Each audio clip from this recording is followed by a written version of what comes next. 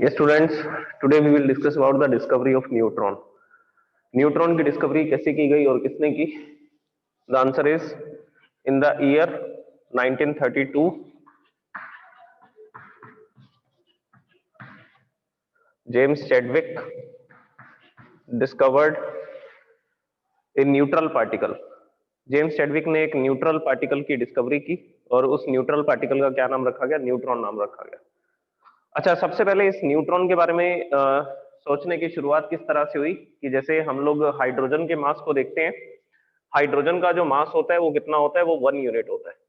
और इसकी स्ट्रक्चर के बारे में सोचा जा चुका था कि इसके न्यूक्लियस में एक प्रोटॉन होगा और एक ही क्या होगा? इलेक्ट्रॉन होगा।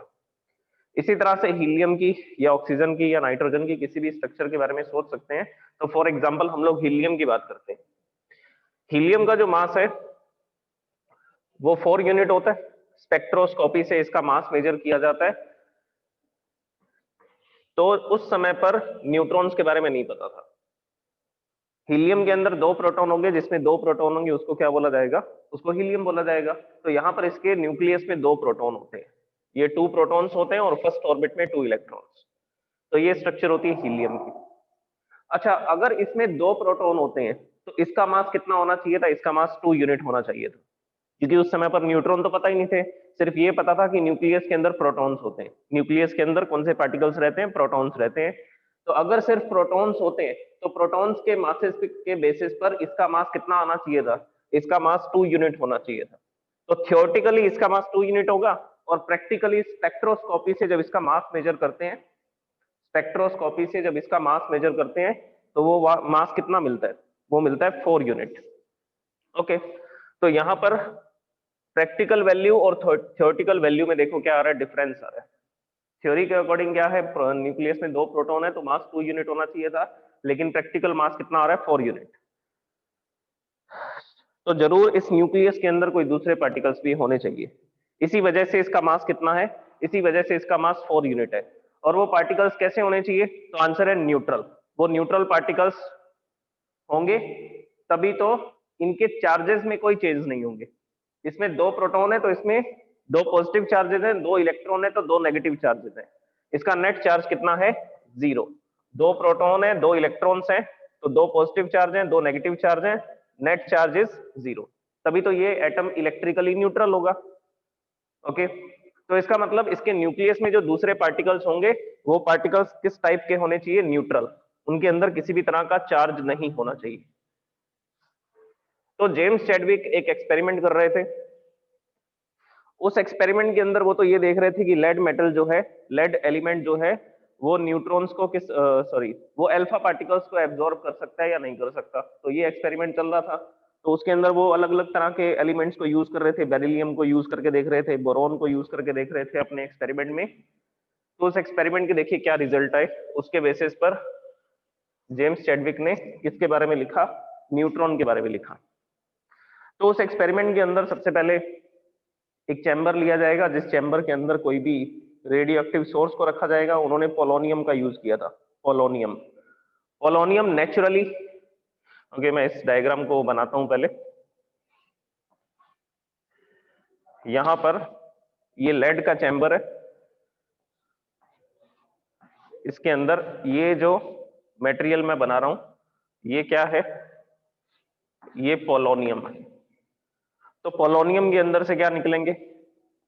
Alpha particles. ये अल्फा पार्टिकल्स निकल रहे हैं और इसके सामने एक एलिमेंट रखा गया, beryllium boron. Beryllium 4th element है, तो यहां पर एक बेरिलियम की प्लेट रखी गई, Be। बोरॉन भी रख करके देखा था उन्होंने, तो उसको भी लिखा जा सकता है। तो पोलोनियम से क्या निकल करके आ रहे हैं? Alpha particles. और अल्फा पार्टिकल्स किस तरफ जा रहे हैं? बेरिलियम की प्लेट की तरफ जा रहे हैं। ओके, बेरिलियम की प्लेट की तरफ जा रहे हैं। तो आगे के एक्सपेरिमेंट में देखिए क्या हुआ। इसके सामने उन्होंने पैराफिन वैक्स को रखा। यहां पर ऑब्जर्वेशन ये आ रहा था कि इसमें से भी कोई रेडिएशन बाहर आ रहा है। बेरिलियम इन अल्फा पार्टिकल्स को रोक नहीं पा रहा। जो बेरिलियम यहाँ पर एलिमेंट रखा है, पोलोनियम से जो अल्फा पार्टिकल्स आए, वो अल्फा पार्टिकल इस बेरिलियम की लेयर को क्रॉस करते हुए दूसरी तरफ से आ रहे हैं। मतलब कि यहाँ पर कोई ना कोई रेडिएशन तो सामने आ रहा है। अच्छा, ये रेडिएशन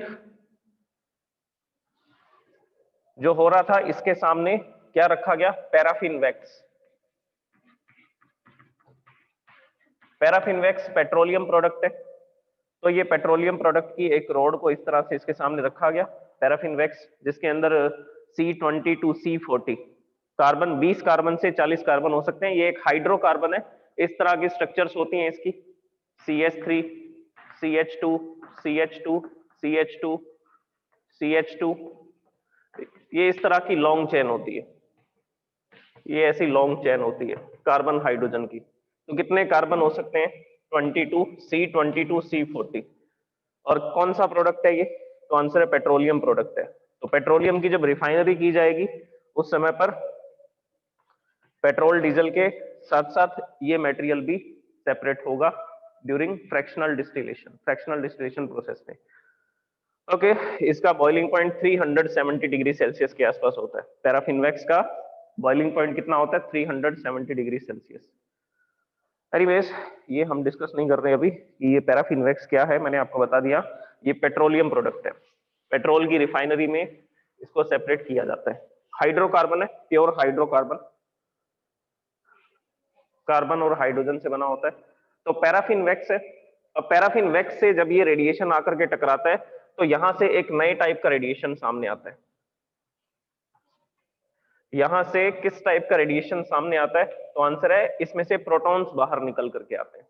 इसमें से क्या निकलने लगते हैं बाहर? प्रोटॉन्स निकलने लगते हैं। ओके, अब ये प्रोटॉन्स को कैसे डिटेक्ट किया जाएगा? तो यहां पर एक डिवाइस लगाई जाती है, गीगर काउंटर।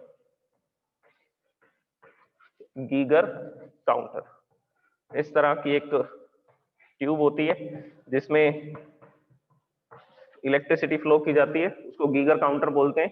तो ये प्रोटॉन्स इस डायरेक्शन में जब आएंगे तो ये गीगर काउंटर के थ्रू हम लोग क्या कर लेंगे? इसको देख लेंगे कि हाँ ये प्रोटॉन्स ही हैं क्या। अगर ये पॉजिटिव प्लेट की तरफ, अगर ये पॉजिटिव प्लेट से रिपेल हो जाएंगे तो ये प्रोटॉन है, क्योंकि प्लस प्लस से क्या होगा? रिपेल होगा। और अगर नेगेटिव प्लेट की तरफ ये अट्रैक्टेड होंगे तो मतलब कि जरूर ये क्या है? जरूर ये प्रोटॉन है, तभी तो नेगेटिव प्लेट की तरफ अट्रैक्टेड हो रहे हैं।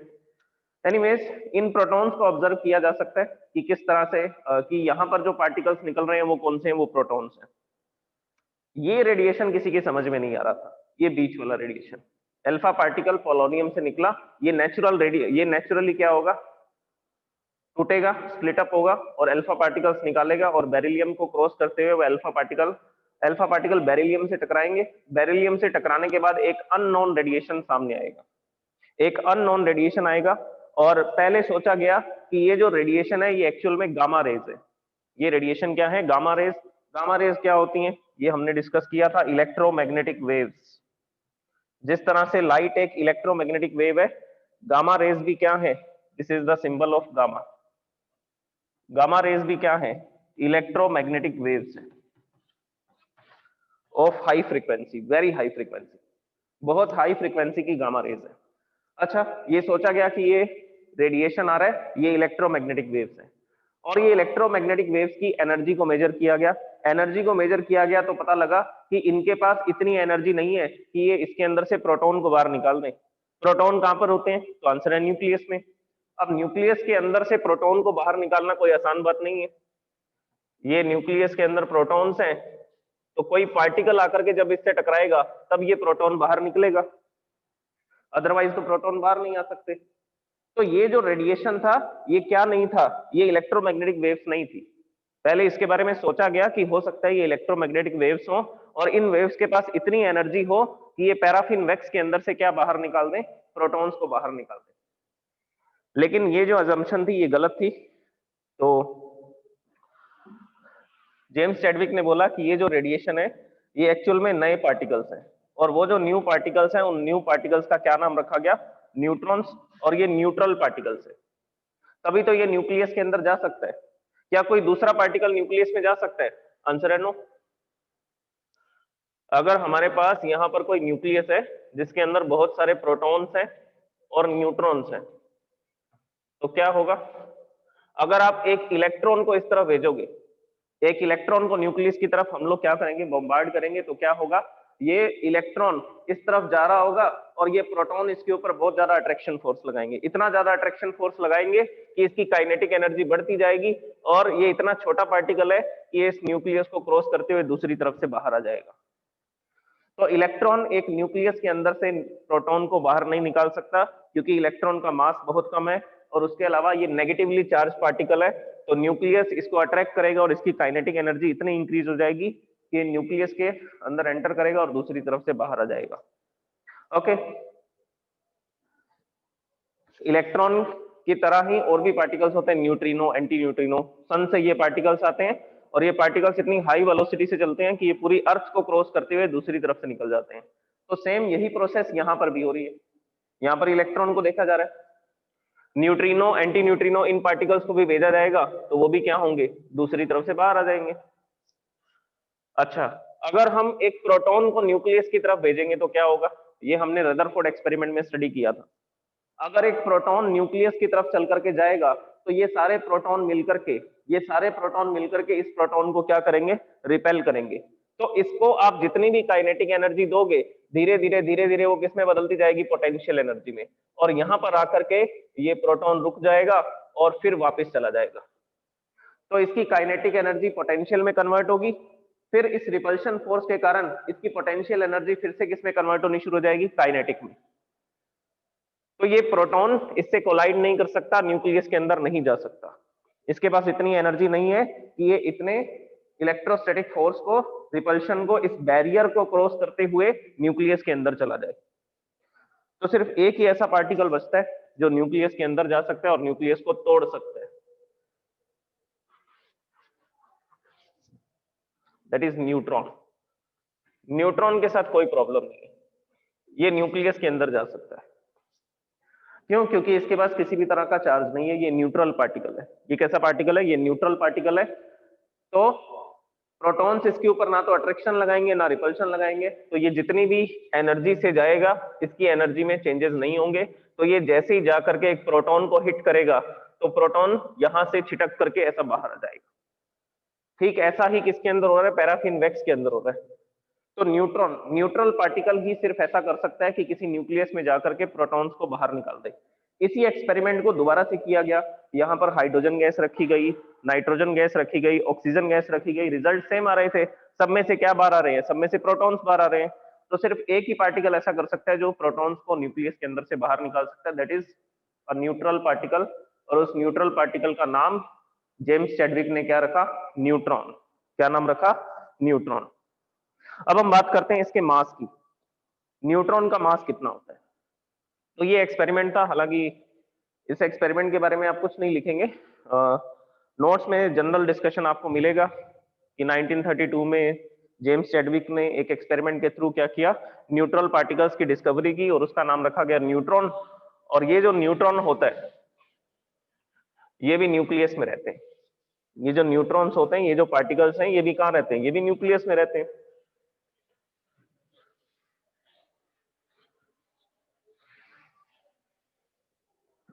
Okay,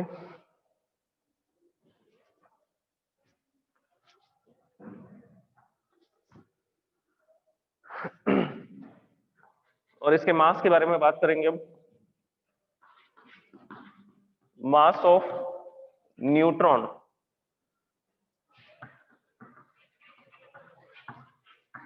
is roughly equal to the mass of proton, is roughly equal to the mass of proton। लगभग प्रोटॉन के मास के बराबर होता है इसका मास। ओके, तो प्रोटॉन का मास हमें पता है कितना होता है। सो here I will write mass of neutron. Neutron को स्मॉल एन से लिखा जाता है, न्यूट्रॉन को किससे लिखा जाता है, स्मॉल एन से। So here I will write mass of neutron. Mass of neutron is equal to, kilograms में भी मैं आपको बताऊंगा, किलोग्राम्स में होगा 1.674 into 10 to the power -27 kilograms. Approximately proton के मास के बराबर ही है, और यूनिट्स में होगा 1.00866 यूनिट। न्यूट्रॉन का मास ये न्यूट्रॉन का मास है, प्रोटॉन का मास कितना था यूनिट्स में? प्रोटॉन का मास था, the mass of proton is 1.00727 unit. तो बहुत कम डिफरेंस है, पॉइंट के बाद जो लास्ट वाले 3 डिजिट्स हैं उनमें थोड़ा सा चेंज आ रहा है, ये 1 पॉइंट समथिंग है और ये भी 1.8 है, वो 1.7007 है, वो 008 है, तो थोड़ा बहुत डिफरेंस है, कुछ थाउजेंड्स ऑफ यूनिट्स का डिफरेंस है, नॉट थाउजेंड्स, 1/1000।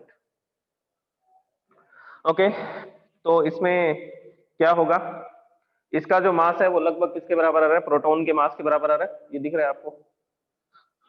नेक्स्ट, अब हम इसके चार्ज की बात करेंगे। Charge on neutron 0,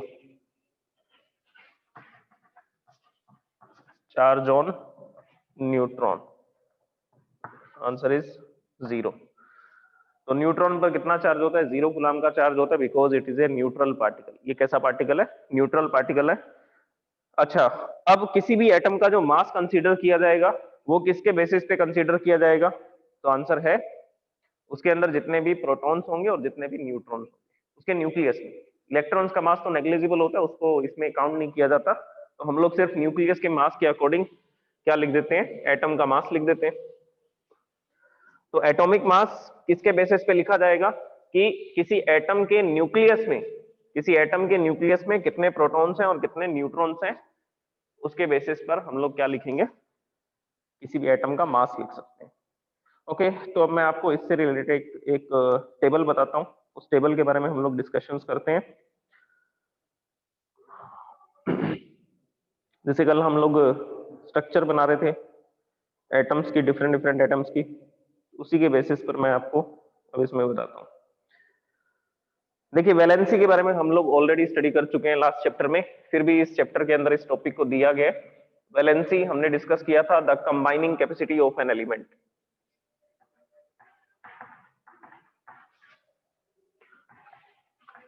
the combining capacity of an element is known as its valency. Valency किस पे डिपेंड करती है?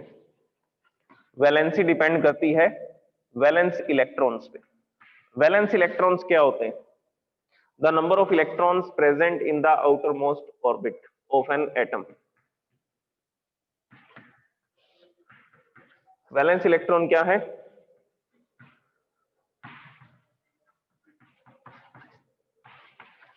आउटर मोस्ट ऑर्बिट के इलेक्ट्रॉन्स, उनको क्या बोलते हैं? उनको वैलेंस इलेक्ट्रॉन बोलते हैं। उसी के बेसिस पर तो वैलेंसी डिसाइड की जाएगी कि वो पॉजिटिव आयन बनेगा या नेगेटिव आयन बनेगा, या वो इलेक्ट्रॉन्स की शेयरिंग करेगा। तो जनरली जो मेटल्स होते हैं जैसे कि lithium, sodium, potassium, magnesium, aluminium, copper, इन सबको हमने स्टडी किया है। लिथियम की आउटर ऑर्बिट में एक इलेक्ट्रॉन होता है, तो ये एक इलेक्ट्रॉन डोनेट कर देता है, लॉस कर देता है। इसी तरह से सोडियम, ये सारे क्या कर रहे हैं? इनके अंदर इलेक्ट्रॉन्स की डेफिशिएंसी हो रही है, ये अपने आउटर ऑर्बिट के 2 इलेक्ट्रॉन, 3 इलेक्ट्रॉन या 1 इलेक्ट्रॉन को रिलीज कर रहे हैं, और ये क्या बन रहे हैं? पॉजिटिव आयन बन रहे हैं।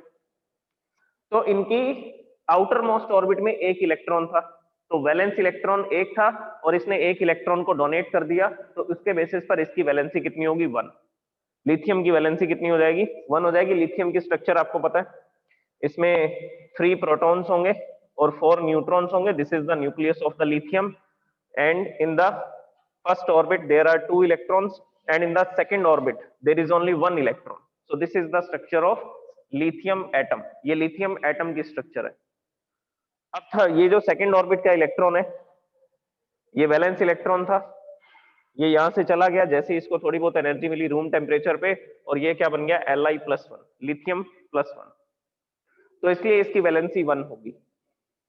अगर इसकी वैलेंसी 1 है, अगर इसके पास +1 चार्ज है, तो ये किसी -1 वाले चार्ज के साथ क्या कर सकता है? कंबाइन हो सकता है, या -2 वाले के साथ भी हो सकता है, जैसे कि Li+1, Li+1, lithium +1, it can create a bond with O-2। Oxygen की आउटर ऑर्बिट में 6 इलेक्ट्रॉन्स होते हैं। वैलेंस इलेक्ट्रॉन कितने होते हैं? 6। तो अपने 6 इलेक्ट्रॉन तो डोनेट नहीं कर सकता, रिलीज नहीं कर सकता, इतनी एनर्जी उसको नहीं मिल रही है। लेकिन 2 इलेक्ट्रॉन वो गेन कर सकता है, तो वो 2 इलेक्ट्रॉन गेन करके O-2 बनाता है, और O-2 बनने की वजह से ये दूसरे एलिमेंट के साथ कंबाइन हो सकता है। ये नेगेटिवली चार्ज आयन बन गया, एनायन बन गया, और ये क्या थे, कैटायन। तो अगर ये एनायन बन चुका है तो ये किसी दूसरे एलिमेंट के साथ कंबाइन हो सकता है। तो इसकी आउटर मोस्ट ऑर्बिट में 6 इलेक्ट्रॉन थे और 2 इलेक्ट्रॉन इसने गेन किए, तभी तो इसकी वैलेंसी कितनी लिखी जा रही है, 2 लिखी जा रही है। अच्छा, ये इलेक्ट्रॉन को लूज और गेन क्यों कर रहे हैं? जैसे कि लिथियम, लिथियम की आउटर ऑर्बिट में 1 इलेक्ट्रॉन था, वैलेंस इलेक्ट्रॉन 1 था, इसने 1 इलेक्ट्रॉन रिलीज कर दिया और क्या बन गया, लिथियम +1 बन गया। क्यों? क्योंकि इसका कॉन्फ़िगरेशन अब किसके बराबर हो चुका है, helium gas electronic configuration.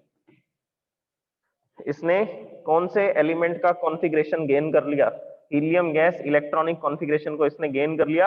Outer orbit के अंदर जितने इलेक्ट्रॉन्स आ सकते थे वो कंप्लीट है।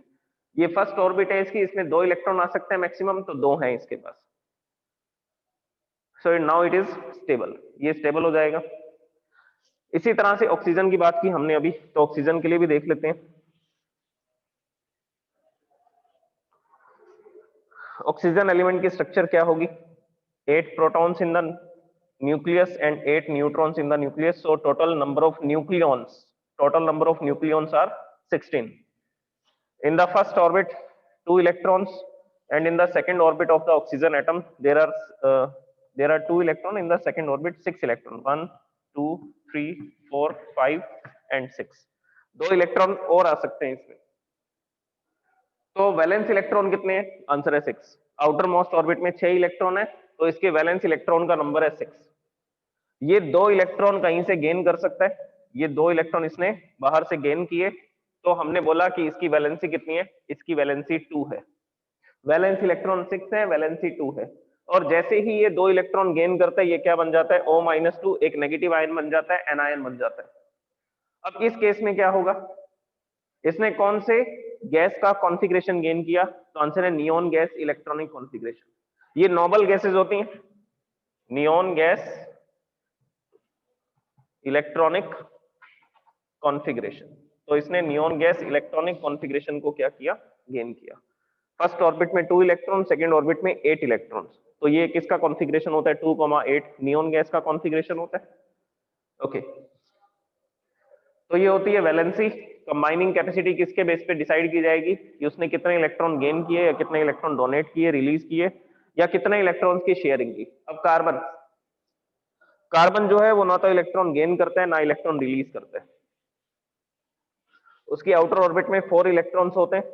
कार्बन की स्ट्रक्चर बनाते हैं पहले।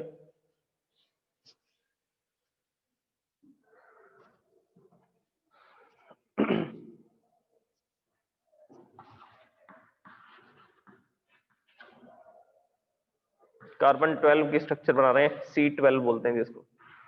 It is having 6 proton 6 neutron in the nucleus, and in the first orbit 2 electrons, in the second orbit 4 electrons, 1 2 3 and 4।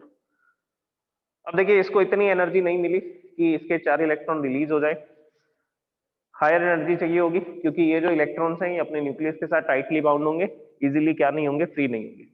इसी तरह से बाहर से अगर 4 इलेक्ट्रॉन इसको मिल जाएंगे तो ये 4 इलेक्ट्रॉन गेन कर लेगा, लेकिन वो 4 इलेक्ट्रॉन गेन करने के लिए भी तो एनर्जी चाहिए। ये इलेक्ट्रॉन के पास इतनी एनर्जी होनी चाहिए कि ये सारे इलेक्ट्रॉन्स के बैरियर को क्रॉस करते हुए यहां तक आ जाए। ये इलेक्ट्रॉन इस तरफ आना चाहेगा, लेकिन यहाँ के जो इलेक्ट्रॉन्स है इसको क्या करेंगे, इसको रिपेल करेंगे। अगर रिपेल करेंगे तो इसको यहां पर आने के लिए भी क्या चाहिए, एनर्जी चाहिए। बिना एनर्जी के ये इस ऑर्बिट के अंदर एंटर नहीं कर सकता। ओके, तो कार्बन को इतनी एनर्जी नहीं मिली कि वो अपने 4 इलेक्ट्रॉन रिलीज कर सके या 4 इलेक्ट्रॉन कहीं से गेन कर सके। तो उस केस में इसका एक सब्स्टिट्यूट है कि ये क्या करता है, ये इलेक्ट्रॉन्स की शेयरिंग करना शुरू कर देता है। तो नंबर ऑफ वैलेंस इलेक्ट्रॉन क्या है, 4, और ये कितने इलेक्ट्रॉन शेयर करेगा, ये 4 इलेक्ट्रॉन्स ही शेयर करेगा, तो इसकी वैलेंसी भी 4 होगी। ये 4 इलेक्ट्रॉन शेयर करेगा, क्योंकि सेकंड ऑर्बिट में कितने इलेक्ट्रॉन्स आ सकते हैं, सेकंड ऑर्बिट में 8 इलेक्ट्रॉन्स आ सकते हैं। तो इसको नियॉन गैस कॉन्फ़िगरेशन गेन करने के लिए किसी दूसरे एलिमेंट से क्या करनी पड़ेगी, इलेक्ट्रॉन्स की शेयरिंग करनी पड़ेगी। अब जैसे कि हम लोग मीथेन का एग्जांपल देखते हैं, CH4, इसकी स्ट्रक्चर देखते हैं CH4 की। तो देखिए CH4 में क्या होगा, ये कार्बन है, इसकी आउटर ऑर्बिट में ये 4 इलेक्ट्रॉन है, तो मैंने यहां पर ये 4 वैलेंस इलेक्ट्रॉन दिखाए। ये हाइड्रोजन है, इसकी आउटर ऑर्बिट में 1 इलेक्ट्रॉन, ये हाइड्रोजन इसकी आउटर ऑर्बिट में 1 इलेक्ट्रॉन, ये हाइड्रोजन इसकी आउटर ऑर्बिट में 1 इलेक्ट्रॉन, और ये लास्ट वाला हाइड्रोजन इसकी आउटर ऑर्बिट में भी 1 इलेक्ट्रॉन। अब क्या होगा, ये हाइड्रोजन इसके साथ इलेक्ट्रॉन की शेयरिंग करेगा, 1 इलेक्ट्रॉन इसको देगा, 1 इलेक्ट्रॉन इससे लेगा, तो इसका जो कॉन्फ़िगरेशन है वो हीलियम गैस कॉन्फ़िगरेशन हो जाएगा। इसी तरह से ये हाइड्रोजन भी इसके साथ इलेक्ट्रॉन की शेयरिंग करेगा, ये हाइड्रोजन भी इलेक्ट्रॉन की शेयरिंग करेगा, और ये हाइड्रोजन भी इलेक्ट्रॉन की शेयरिंग करेगा। और कार्बन के साथ ही तो ये इलेक्ट्रॉन की शेयरिंग कर रहे हैं, तो इसको इस तरह से दिखाया जाएगा। अब देखो कार्बन के खुद के इलेक्ट्रॉन कितने थे, 1 2 3 4, जिसको मैंने डॉट से दिखाया है, और एक इलेक्ट्रॉन इसको इस हाइड्रोजन से मिला, एक इलेक्ट्रॉन यहां से मिला, एक इलेक्ट्रॉन यहां से मिला, एक इलेक्ट्रॉन यहां से मिला, तो कार्बन का कॉन्फ़िगरेशन क्या हो गया, कार्बन का कॉन्फ़िगरेशन हो गया neon gas configuration. 2 electron first orbit में, और सेकंड ऑर्बिट में कितने इलेक्ट्रॉन्स हो गए, 8 इलेक्ट्रॉन्स। 4 इसके ये खुद के इलेक्ट्रॉन है, और 4 इलेक्ट्रॉन इसको इन हाइड्रोजन से मिल रहे हैं, तो इनका कॉन्फ़िगरेशन हो जाएगा हीलियम गैस कॉन्फ़िगरेशन, और ये जो कार्बन होगा इसका कॉन्फ़िगरेशन हो जाएगा नियॉन गैस कॉन्फ़िगरेशन। तो इस तरह से ये एलिमेंट्स जो होते हैं, जो एटम्स होते हैं, वो एक दूसरे के साथ इलेक्ट्रॉन की शेयरिंग भी कर सकते हैं, जिसकी वजह से वो एक दूसरे को स्टेबल रखते हैं, नंबर ऑफ इलेक्ट्रॉन्स को कंप्लीट रखते हैं, ऑक्टेट के अंदर जितने इलेक्ट्रॉन्स आने चाहिए उनको पूरा कर देते हैं। सो दिस इज वैलेंसी। अब इसके बेसिस पर हम लोग क्या करेंगे, एक टेबल को स्टडी करेंगे। उस टेबल के अंदर मैं number of proton, number of neutron, number of electrons, ये सब लिखूंगा। तो कुछ एलिमेंट्स का मैं लिख करके बताता हूं, बाकी के एलिमेंट्स के लिए आप लोग इसको बनाएंगे टेबल को। सीरियल नंबर यहां पर हम लिखेंगे किसके बारे में, एलिमेंट के बारे में, सिंबल लिख देंगे direct. Here I will right number of protons, number of neutrons and number of electrons. तो सबसे पहला एलिमेंट कौन सा है, आंसर है हाइड्रोजन। हाइड्रोजन के अंदर एक प्रोटॉन होता है, एक न्यूट्रॉन होता ही नहीं है, और एक इलेक्ट्रॉन होता है। ये स्ट्रक्चर होती है हाइड्रोजन की। तो इसका मास कितना होगा, एटॉमिक मास, एटॉमिक मास की बात कर रहे हैं। एटॉमिक मास यूनिट्स में मेजर किया जाता है, एएमयू में मेजर किया जाता है, तो यूनिट्स में लिखा जा सकता है the mass is 1 unit. Valency, valence electron भी लिखेंगे और वैलेंसी भी लिखेंगे, valence electron, and here I will right valency. तो ये टेबल होगी कंप्लीट टेबल। अब इसमें देखिए, वैलेंस इलेक्ट्रॉन 1, आउटर ऑर्बिट में 1 इलेक्ट्रॉन है, वैलेंसी भी 1 होगी, ये 1 इलेक्ट्रॉन गेन करेगा, तो H-1 बनेगा, जिसको हाइड्राइड आयन बोलते हैं। और अगर 1 इलेक्ट्रॉन रिलीज करेगा, लॉस कर देगा, तो H+ बन जाएगा, और H+1 को बोला जाता है हाइड्रोजन। नेक्स्ट, हाइड्रोजन आयन बोला जाता है, H+ आयन। सेकंड हम लोग हीलियम के बारे में लिखेंगे।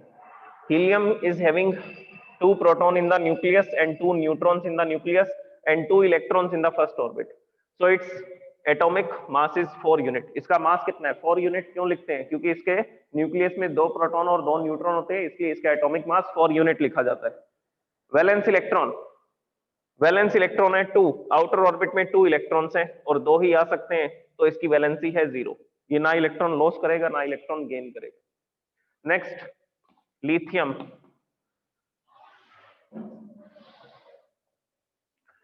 जो लिथियम है उसमें 3 प्रोटॉन, 4 न्यूट्रॉन्स एंड 3 इलेक्ट्रॉन्स। अभी मैंने इसकी स्ट्रक्चर बनाई थी, 3 प्रोटॉन और 4 न्यूट्रॉन न्यूक्लियस में होंगे और 3 इलेक्ट्रॉन्स होंगे फर्स्ट ऑर्बिट में। पहले एटॉमिक मास लिख देते हैं, 7 यूनिट होगा लगभग। तो इसकी लास्ट ऑर्बिट में सिर्फ एक ही इलेक्ट्रॉन होगा, और ये एक इलेक्ट्रॉन लॉस करके Li+1 बना सकते हैं, लिथियम+1 बना सकते हैं। Okay, next, beryllium.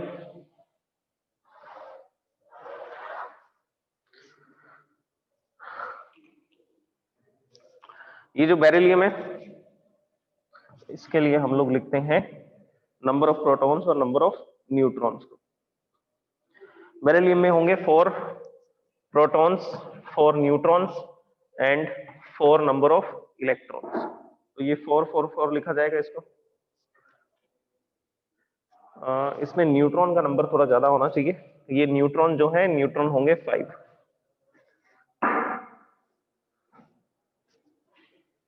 ओके, तो इसका मास कितना होगा? इसके न्यूक्लियस में 4 प्रोटॉन्स है, 5 न्यूट्रॉन्स है, total number of nucleons are 9, so its mass is 9 unit. Outer orbit में कितने इलेक्ट्रॉन होंगे? फर्स्ट ऑर्बिट में 2 इलेक्ट्रॉन, सेकेंड ऑर्बिट में 2 इलेक्ट्रॉन। इसका इलेक्ट्रॉनिक कॉन्फ़िगरेशन भी लिख सकते हैं। यहां पर हम नंबर ऑफ इलेक्ट्रॉन्स लिखेंगे और इसके साथ में इसका कॉन्फ़िगरेशन भी लिख देता हूं, जिससे आपको इसको स्टडी करने में आसानी रहे। यहाँ इलेक्ट्रॉन्स, यहाँ पर इलेक्ट्रॉनिक कॉन्फ़िगरेशन। इसमें इलेक्ट्रॉन 1 थे, इसका कॉन्फ़िगरेशन 1 है। इसमें आउटर ऑर्बिट में 2 इलेक्ट्रॉन थे, तो इसका कॉन्फ़िगरेशन 2 है। इसकी आउटर, इसमें नंबर ऑफ इलेक्ट्रॉन टोटल है 3, फर्स्ट ऑर्बिट में 2, सेकंड ऑर्बिट में 1, सो this is the electronic configuration. तो आउटर ऑर्बिट में 1 इलेक्ट्रॉन था, इसके अंदर टोटल इलेक्ट्रॉन है 4, फर्स्ट ऑर्बिट में 2, सेकंड ऑर्बिट में 2। तो ये क्या कर सकता है? ये 2 इलेक्ट्रॉन लॉस कर सकते हैं। अगर इसके आउटर ऑर्बिट में 2 ही इलेक्ट्रॉन है तो ये 2 इलेक्ट्रॉन लॉस करके Be+2 बना सकता है। तो नंबर ऑफ वैलेंस इलेक्ट्रॉन 2 है और 2 इलेक्ट्रॉन लॉस करके Be+2 बनाएगा, तो इसलिए इसकी वैलेंसी होगी 2। Next, boron. अब हम लोग बोरॉन के बारे में लिखते हैं, 5th एलिमेंट, जिसको कैपिटल B से लिखा जाता है। ओके, इसमें नंबर ऑफ प्रोटॉन्स हमें पता है 5 होंगे, नंबर ऑफ न्यूट्रॉन्स जो होंगे वो 6 होंगे। Number of proton 5, number of neutron 6, so total number of nucleons are 11, so its mass is 11 unit। और इलेक्ट्रॉन कितने होंगे? इलेक्ट्रॉन 5 होंगे, फर्स्ट ऑर्बिट में 2, सेकंड ऑर्बिट में 3, 2,3 इसका इलेक्ट्रॉनिक कॉन्फ़िगरेशन होगा। वैलेंस इलेक्ट्रॉन 3 होंगे, आउटर ऑर्बिट में कितने इलेक्ट्रॉन है? 3, तो वैलेंस इलेक्ट्रॉन 3 लिखे जाएंगे। और ये 3 इलेक्ट्रॉन डोनेट करके, लॉस करके B+3 बना सकता है, तो इसलिए इसकी वैलेंसी 3 है। Next, carbon. कार्बन ना इलेक्ट्रॉन लॉस करेगा ना गेन करेगा, ये तो इलेक्ट्रॉन्स की शेयरिंग करेगा, जैसा कि मैंने आपको CH4 में बताया, मेथेन की स्ट्रक्चर में बताया।